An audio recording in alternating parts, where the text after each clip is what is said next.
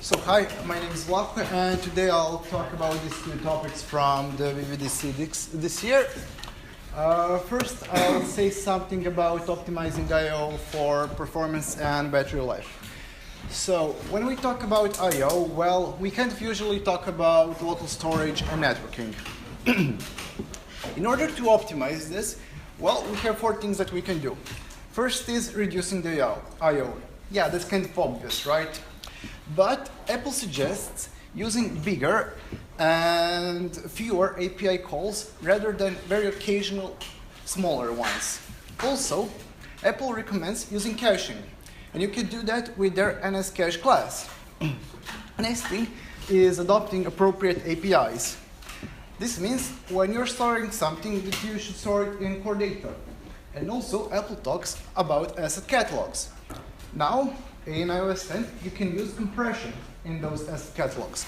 And also, Apple brags about asset catalogs, and if you use them, you can get up to 10% faster startup time.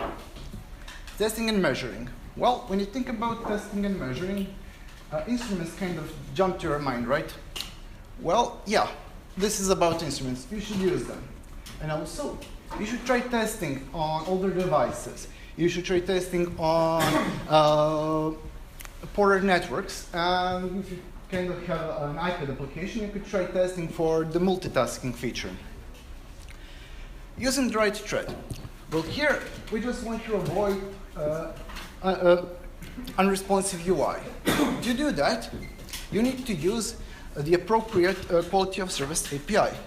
We have four quality of service APIs: user interactive, user initiated, utility, and background. User interactive is just a main thread. User initiated is something that you need to do very fast, like fetching something before switching to next screen.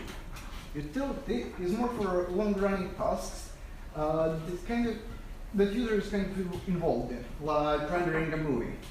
Background is just something that user doesn't need anything to know about, like indexing a table or something like that. So let's go to the next topic, understanding swift performance. Well, to understand the performance, we need to understand the implementation. We have three dimensions of performance. Allocations can happen on stack and on heap. Reference counting, we can have more and less reference counting, and we can dispatch our methods statically and dynamically. Allocations. Well, structs are allocated on the heap, on the stack. Sorry. To allocate something on the stack, you just need to move the stack pointer. It's a really simple operation. And also, each thread has its own stack. This is why using a stack is really fast. Now let's go to the heap. Classes are allocated on the heap.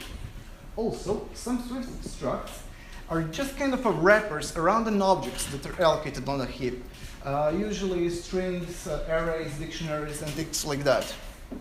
To allocate something on the heap, you need to search for unused block of memory on the heap, and then you can allocate it. And also, all threads have only one heap. So when you want to do something on the heap, you need to do it atomically. That's why using a heap is really slow. Let's move to the reference counting.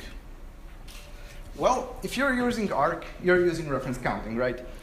And every object that is on heap has its own reference counter.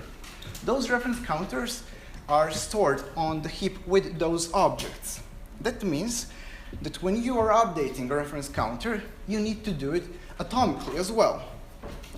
Now let's say, for an example, we want to copy a reference to a class. Well, when we're doing that, we need to update one reference counter. Let's see what happens with structs. When we're copying a struct, we need to update one reference counter for every element that is in that stack, that is in that struct, but is allocated on the heap. So for example, we can have a struct with 3 strings. When we copy that struct, we need to update 3 reference counters. That's a lot more than using class, 3 times as much. Here we can see some things that are present in this talk. but I'm not going to talk about today. First is method dispatching. Well, we kind of talked about that in the first iOS talks.